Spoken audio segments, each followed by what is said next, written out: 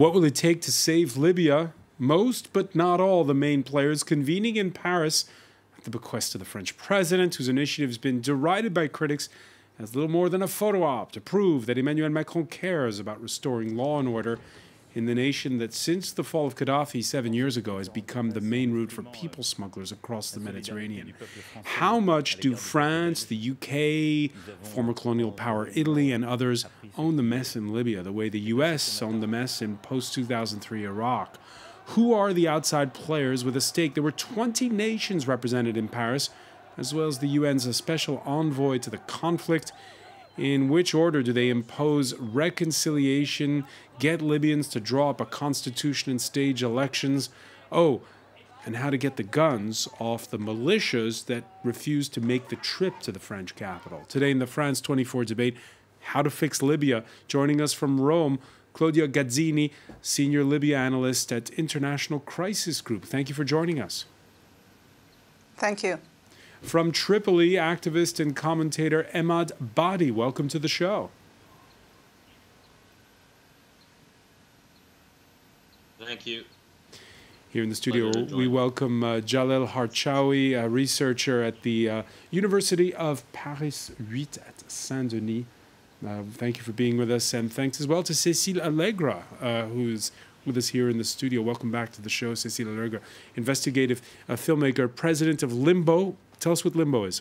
Limbo is a small NGO who provides support to torture camp survivors and, the survivors of this human trafficking, massive human trafficking, once they arrive in Europe. Yeah, one of the main issues at stake in the Libya conflict, the France 24 debate on Facebook and Twitter, hashtag F24debate.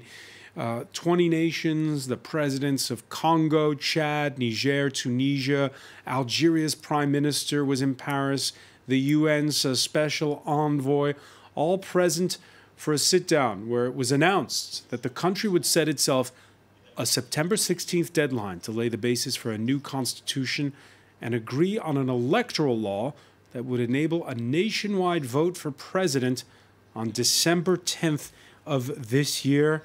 Emad Badi, what are the chances of you casting a ballot on December 10th?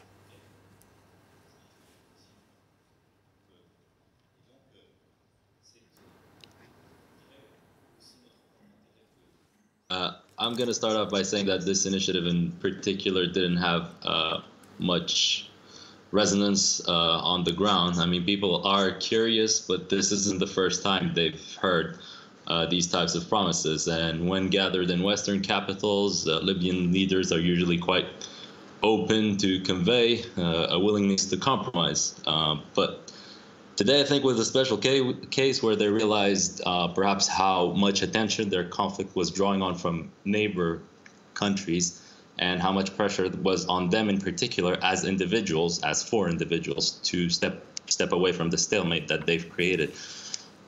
Unfortunately, I don't think that their verbal commitment will be met with tangible actions once they come back to Libya.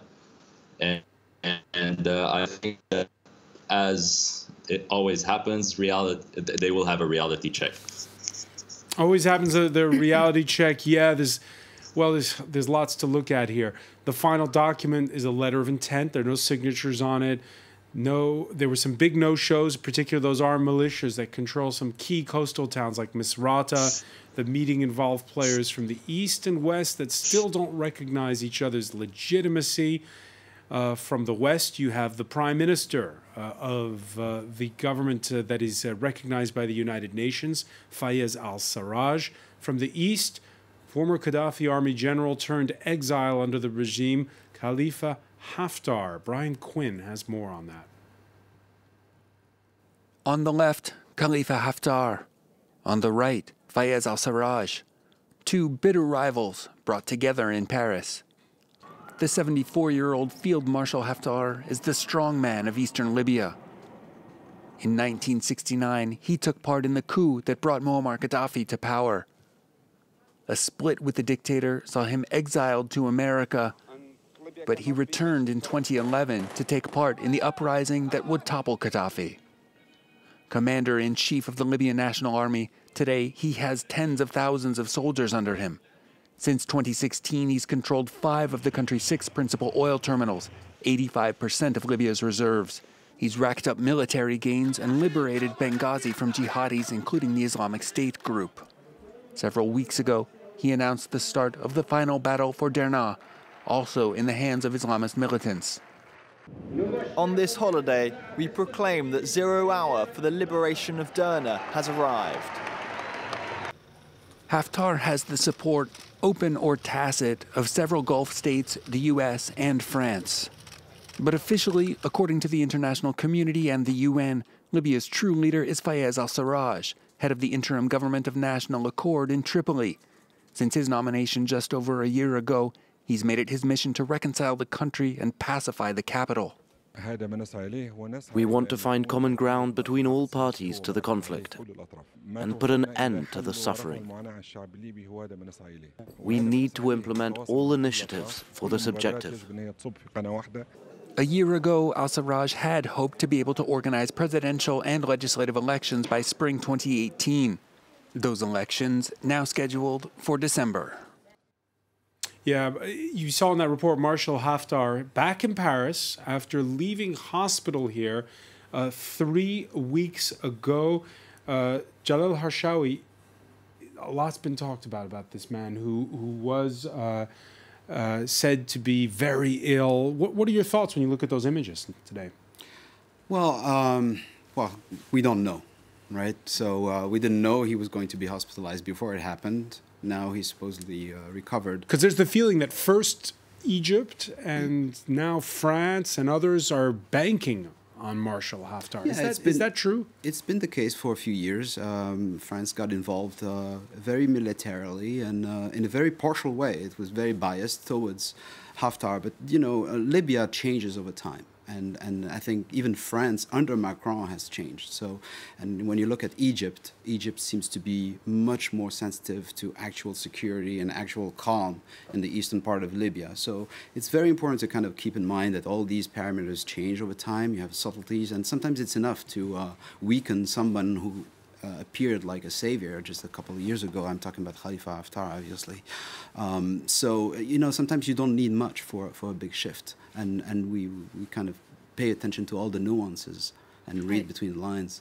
If I may add, 1 month ago he was ill in Paris, supposedly ill in Paris, but 1 month ago there were 2 complaints filed in Paris on the basis of universal competency. The first one on April 18 by an NGO called We Are Not Weapons of War, who gathers lookers. This over summary executions that took place by. It was the complaint was filed by a Libyan citizen whose family was massacred in the operations Dignity and Snake Sting in 2014, and both complaints reveal the systematic human rights violation committed by Haftar's troop. So I think there was a loyalty problem here. Because when you have a complaint filed on the French territory, you have to arrest the person. That's the base. And this didn't happen because the summit was coming up. Cécile Allegra, it's very difficult for people who don't follow the minutiae of what's going on in Libya to understand who's backing who. How key a player is Haftar? Cécile Allegra is me. This is Claudia. Oh, excuse me. Claudia, Cécile is here. Ask to Claudia. Hi. Claudia Gazzini, excuse me. Yes, no worries. Khalifa Haftar is the military commander of what is called the Libyan National Army, which controls most of eastern Libya and the oil terminals in central Libya, in the coastal area. So he is a force on the ground. He has men on the ground, and he does control, let's say, 1/3 of the country. So he is somebody that you have to deal with if you want to push for a unification, an institutional unification of the country, both militarily, politically, and economically. But you know, your coverage in the videos that we saw earlier sort of just juxtaposed Haftar to Sarraj. But yes, I mean, officially Haftar represents the east, represents this military force in the east, and Sarraj represents Western Libya and the internationally recognized governments. But Libya is a complicated country, and so rifts cut through these personalities, including those that are in Paris, in difficult and complicated ways.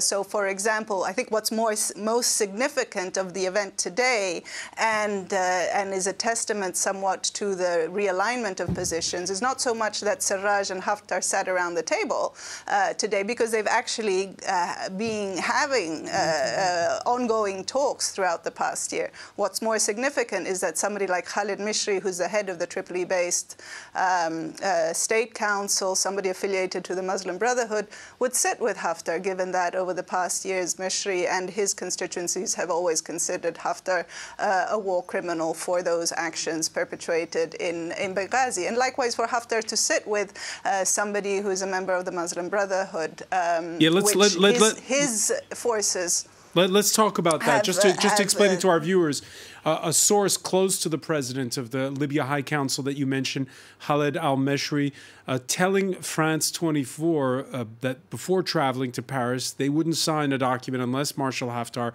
quit the siege of Derna. On May 7th, you had Haftar, who had announced that offensive to take Derna, which is in the east of the country near the Egyptian border, from the jihadists, the only part of the country's east outside of the control of his nationalist forces. The fighting reported there on Monday again, on the eve of the Paris meeting, and yet, Claudia Gazzini, you're saying they sat down in the same room. What does that tell you? Well, I think it's a good show of willingness to compromise. I mean, this was unheard of until very recently. It's problematic for their respective constituencies. I know of Haftar supporters that adamantly advise the field marshal not to sit with Mishri, and likewise supporters of Mishri and that constituency not to bow down to accommodating Haftar and being photographed in the same room with him. So I think their willingness to sit in the same room is a positive sign. Of course, both of them need and want the international attention that this type of event awards them.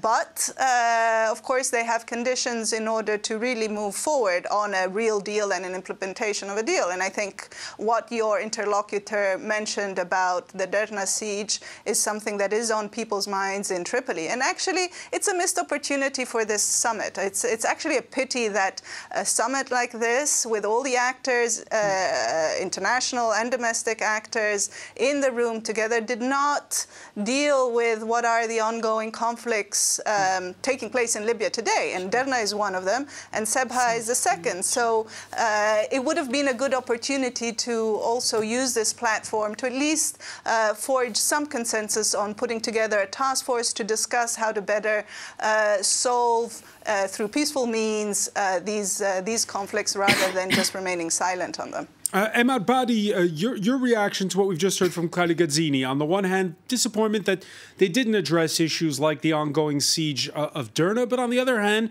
it's a positive step having Marshal Haftar in the same room, that nationalist leader there, in the same room as Khalid al-Meshri, who's close to the Muslim Brotherhood. Sure. I mean, this summit, I would say, if something is built upon it, would be a very good step.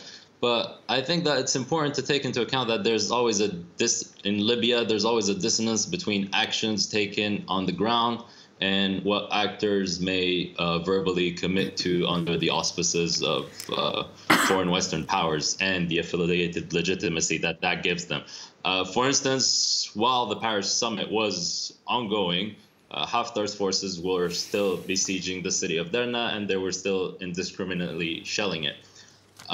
So that gives you an idea of sort of the contrast that is happening when people are nodding heads or saying, yes, we'll work together, and what they actually do on the ground. And when that's not addressed at summits like these, it's actually quite a missed opportunity. Now, this criticism is just as valid for the UN-backed government, by the way. So, for instance, a couple days ago, 13 armed groups that are essentially very much tasked with the security or part of the security of the government of national accord actually said that this summit does not represent them and that they would not take its objectives into account. So, I mean, when you miss discussing the issues and when you deliberately keep very vague objectives in order to circumvent whatever challenges you may encounter in the future, that's not very positive, or that's not very constructive. All right, reaction. That's why I said earlier that this will be met with a reality check on the ground. Yeah, reactions on the hashtag F24 debate from one viewer. President Macron successfully brought together 4 key rival factions in Libya. Very encouraging, fresh dynamics in the international relations. Space left by the U.S. is now being filled by European leaders. Jalil Harshawi, are we being too dismissive of how much could Macron achieve in one day? Well, it depends. What is the objective? I think that the individuals that your guests who just spoke really care about peace. And it's true that when you watch Libya, you really tend to wind up caring about actual peace. And maybe it's not the primary objective of France this time around. There was not the primary objective? No. What was the objective then for Emmanuel Macron? Then you have the international dimension. You have all the opportunities, afforded by the fact that Trump is obviously not interested in Libya anymore, and he's not necessarily happy with how France is handling the file. But obviously, it's clear that France now is in charge. Italy is being absorbed by its own domestic politics. You could say the same about Germany to a certain extent. So just looking at the international dimension, you could explain pretty much all of the timing and the mentality. I'm not saying it's cynical. I'm not even saying it's a bad thing. But you have to realize that a lot of people can live with the conflict in Libya. Probably not the Italians, because if you look at the migration wave, it really reaches Italy, not Marseille here in France. But and if you look at the Emirates, who are even farther away, and you look at Turkey, all these people can live with the current conflict as it exists for a couple more years, 5 more years, no problem. So, and I think that's the most interesting part in the Paris summit, is that you've had so many African states showing up. And Africa, because they're just right by Libya, they tend to care about peace and calm and actual resolution. So you have all those points of view being mixed in one room, and it's interesting to kind of follow the various. An international community that can continue to live with the conflict is the point you're making. I'm going to pick up on that with our panel when we come back. Stay with us. You're watching the France 24 debate.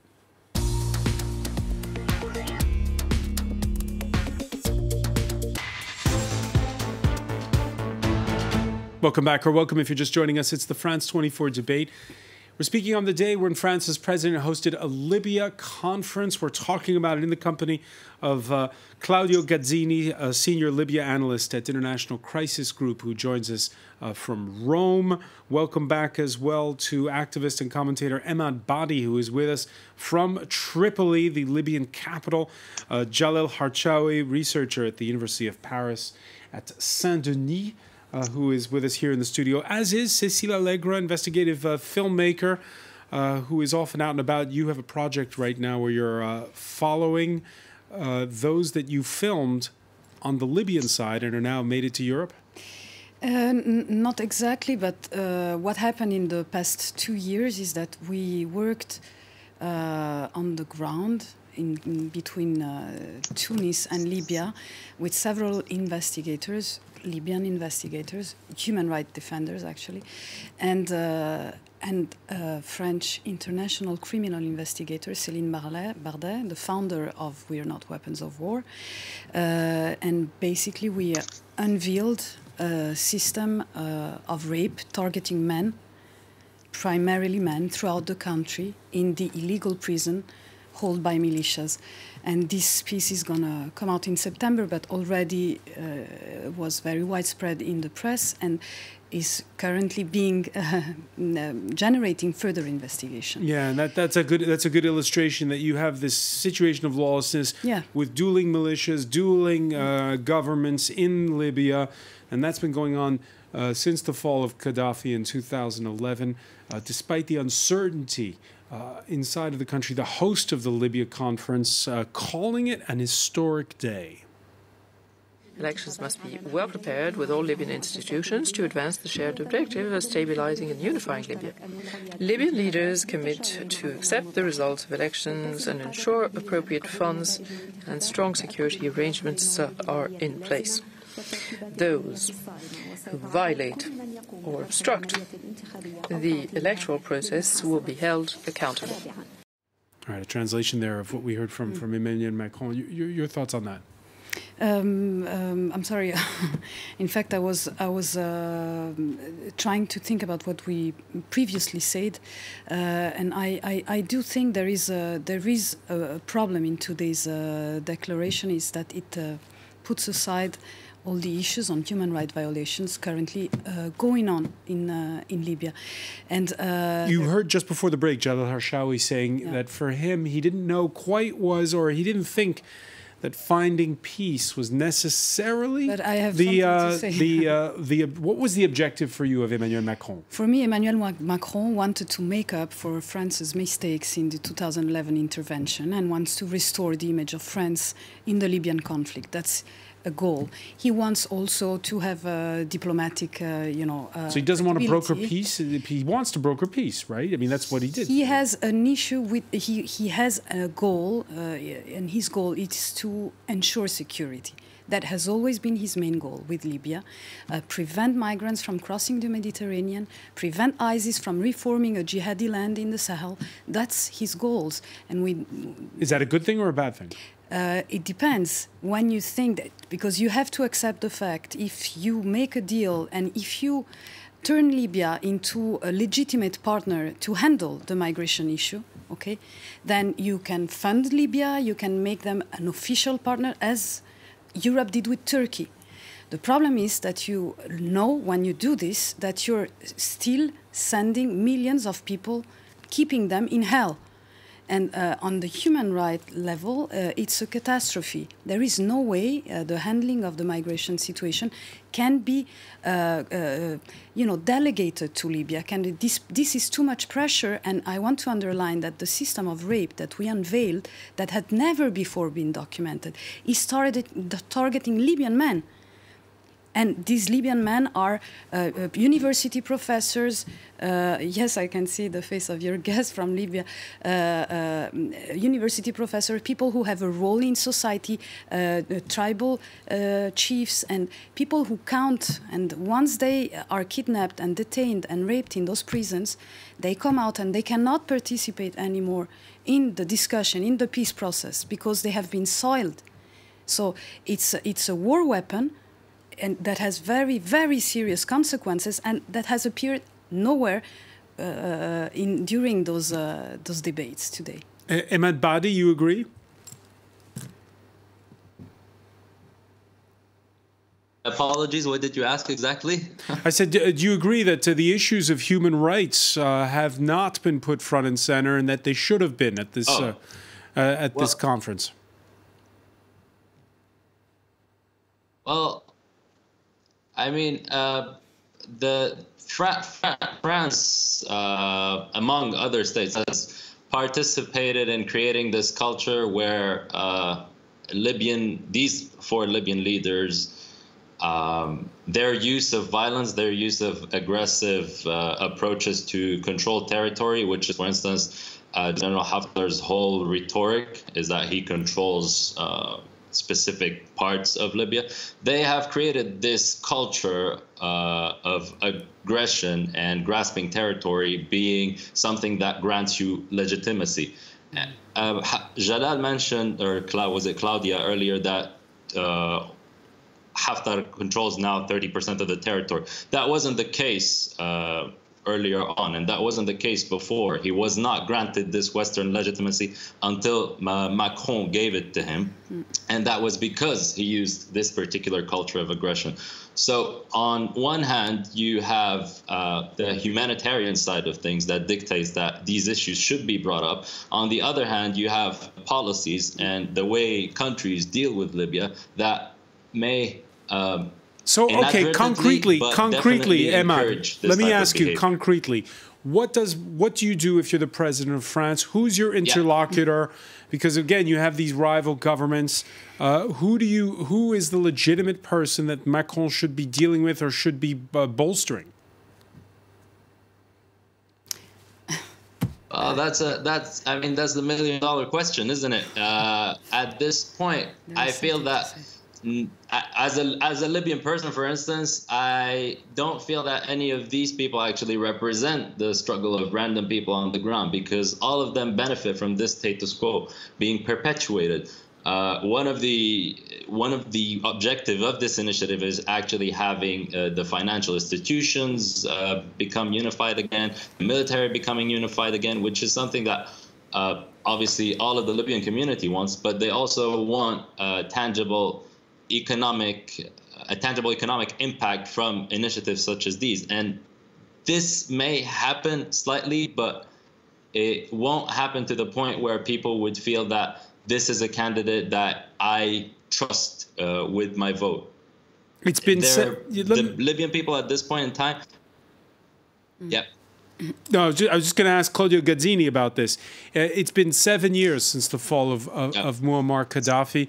And I want to ask you, Claudio Gazzini, you have a situation where if you're Western countries and you have public opinion that doesn't want to see this influx of migrants, that doesn't want to see chaos in Libya anymore, what's your solution? Do you opt for backing a quote-unquote strong leader, or do you have to go in and police everything in order to set up, restore a failed state?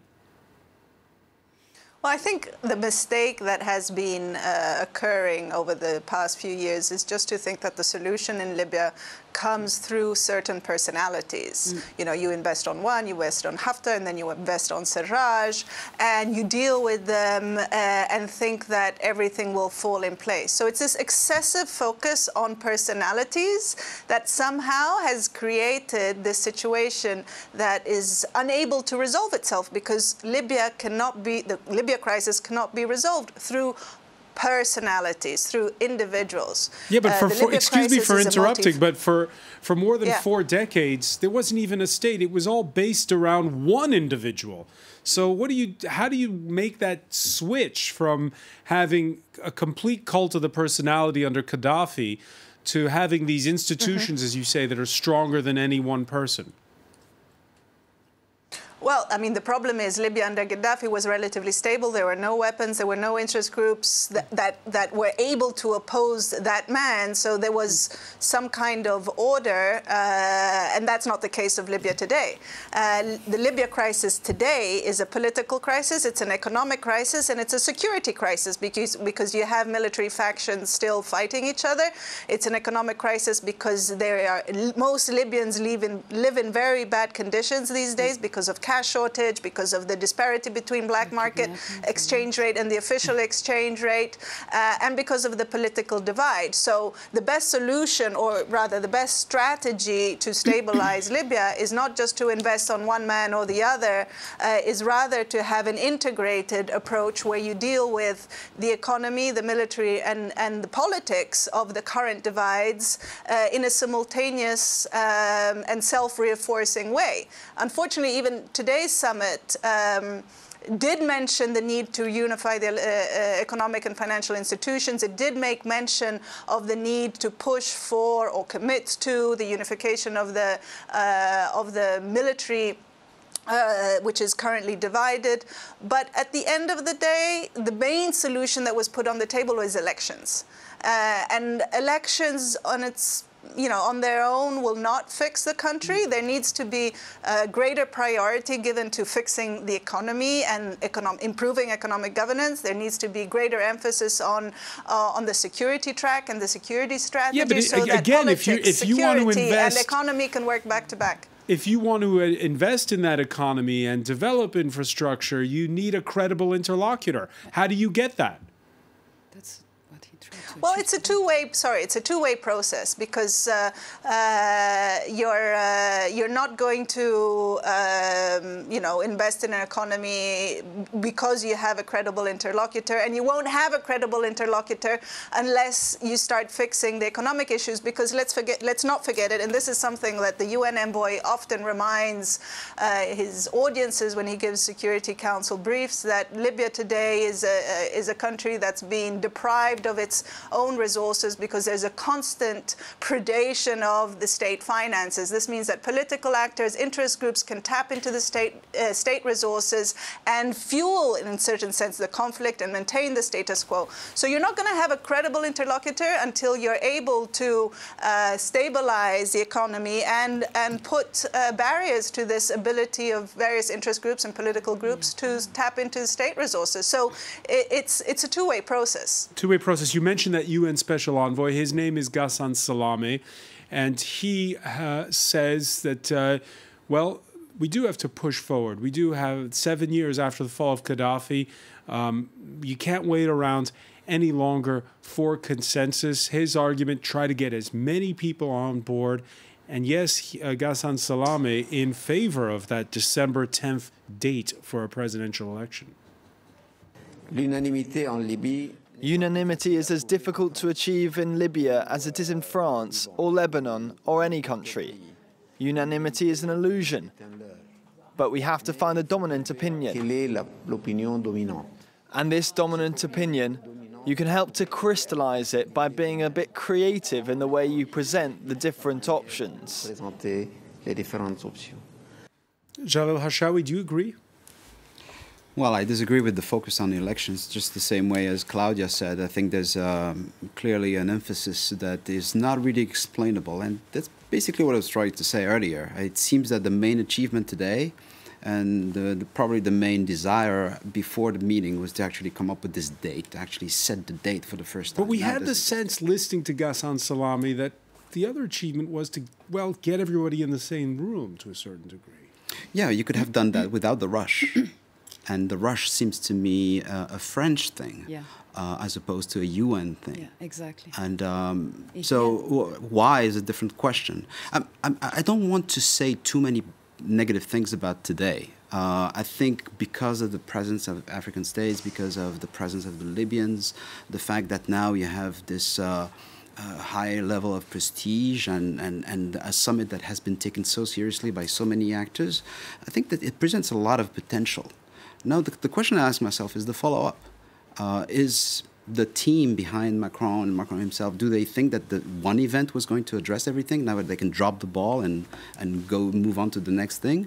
Or is there going to be a fantastic level of follow-up, which I think is required here? Is the ball going to be passed over to the UN? That's what's going to happen. Because the UN is not capable of doing what France has done today. France, only a state like France can achieve what was achieved today. And what it was achieved today is not nothing. I don't call it a photo op. So by holding this summit, did Macron help or hurt Ghassan Salameh's efforts? It depends on the behavior of France. Because we know that the spoilers in Libya are going to do what they do best, which is spoil. The UN has been trying very, very hard as what it is, the UN. Now, is France going to maintain the level of attention? That would be a fantastic thing to do, but I'm not sure it's going to happen. Cécile Allegro? No, I think there is a risk that it undermines the UN process of consultation. They go. Ghassan Salameh has decided to consult city by city, to go slowly. But again, of course, it's an attempt. Now, my real concern is about the level of security for Libyans. Because what I have seen on the field is that Libyans are suffering, and the world is not considering that. They are focusing on the migration problem, which is huge. And let's not forget that there was a boat a month ago who rescued 69 migrants, and the Italian authorities told the SOS Mediterranean boat, no, leave the rest of them, leave the rest of the people who were drowning. The Libyan coast guards are going to take care of them. And they don't save migrants. They recapture them and they re-put them in the hand of the smugglers. But again, I don't know how you can work on a territory in which the smuggling business has become so important in the past years. Let's not forget that. It's millions of people. It's a huge economy. So, and if you don't address this question and you just try to transform Libya into a legit partner in order to fund Libya, maybe to help unify the army. Okay, it's a first step, but what's next? You're going to deal with militia like the Italian ministry Minniti did in Sabrata, dealing with, a smuggler. Dealing with militias and smugglers. Yes, to prevent people from crossing the Mediterranean. And again, this system here is creating a very, very insecure environment for Libyans who live in the fear of being kidnapped at the end of the street, detained for you never know how long a period, okay? Because the people I've met, they came out of jail after 3-4 years of detention, and have endured like 10, 15, sometimes 25 rapes. The men I've met in Tripoli, so and this is the people I've met are from all parties, okay? Sliten, Misrata. Any part of the country is concerned because there is a retaliation system. Once you are raped, you get out, you try to find a militia to have revenge, and then someone else gets raped and detained, and you have your revenge. For you don't know how long the period, this depends, but it's a never-ending story. So basically, everyone has committed a crime here in Libya today, every party, so if you don't address this, it already occurred in the Misrata and Tawerga negotiation. They left the problem of rape outside the negotiation because it was the ultimate crime, the one that you cannot put on the table. Otherwise, you don't achieve an agreement. So what with all those people? And that was a little bit what we heard from Ghassan Salame, which is you're never going to get consensus on everything. At some point, you have to try to move forward. Emad Badi, tell us a little bit about life these days in Tripoli and whether or not you see light at the end of the tunnel.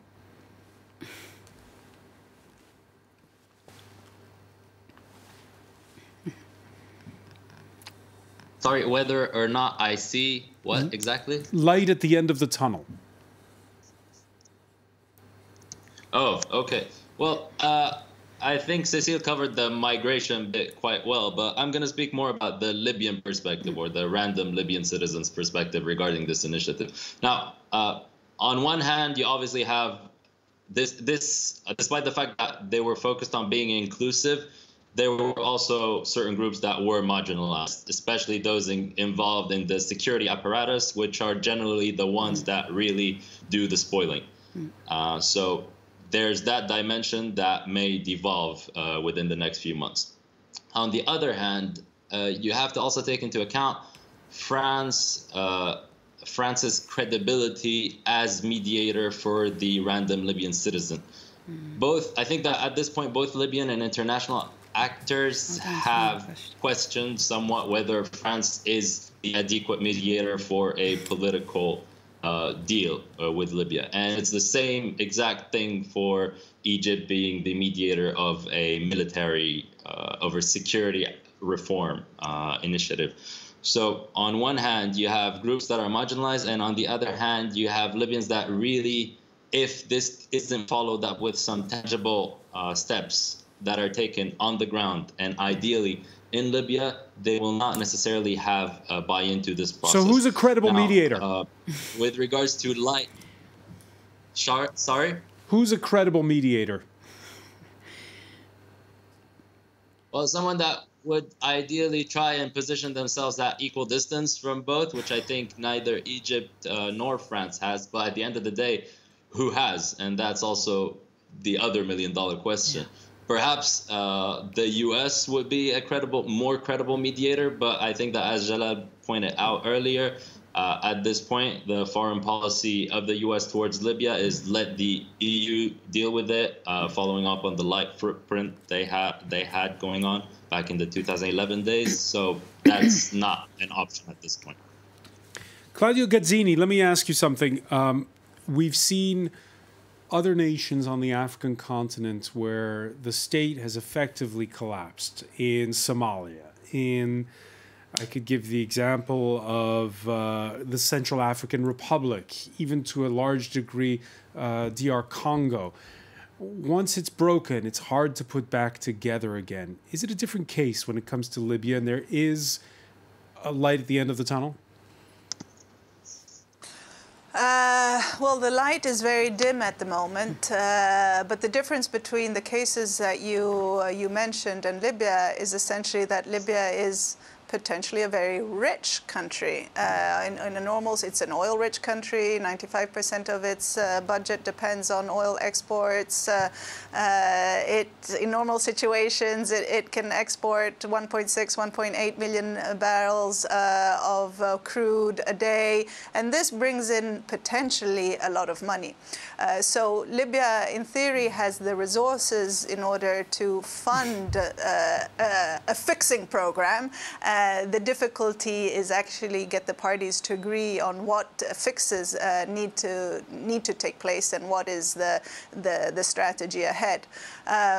In order for the light at the end of the tunnel to become brighter, we need I think three things. One is what the UN is already doing, this very slow bottom-up process of trying to bring Libyans together, trying to bring them around a common platform, around a common political narrative, I would say, about the state, and a common political sort of identity, a shared identity and shared political goals.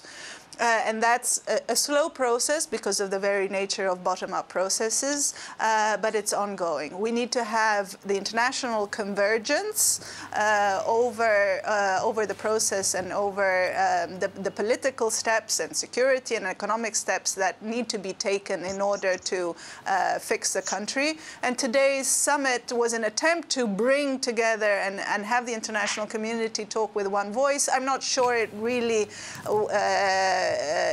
materialized, this sort of coming together of the internationals, because the summit itself created frictions and with some important international partners who have differing views on the timeline for the political process. But we need international convergence if we are to fix Libya. And we need willingness of those individuals and groups that are currently in power to break the status quo. So to put aside their own personal interests or economic interests and allow for a renewal of the political scene. Which they won't do without pressure. Without these three interlocking. Without pressure, exactly. So without these three steps simultaneously and with more pressure from their own constituencies and from the internationals, it'll be hard to change the dynamics. All right, we'll leave you with one reaction from a viewer, Sharon, on Twitter, saying declaring a December 10th election is one thing, making it happen is another. What laws to determine who's eligible to run? How to build an educated electorate in just months? Is Libya safe? Will militias accept the results? So many questions indeed. I want to thank you, Claudio Gazzini, for joining us from Rome. I want to thank Emad Badi in Tripoli, Jalal Harshawi, Cecile Allegra. Thank you for joining us here in the France 24 debate.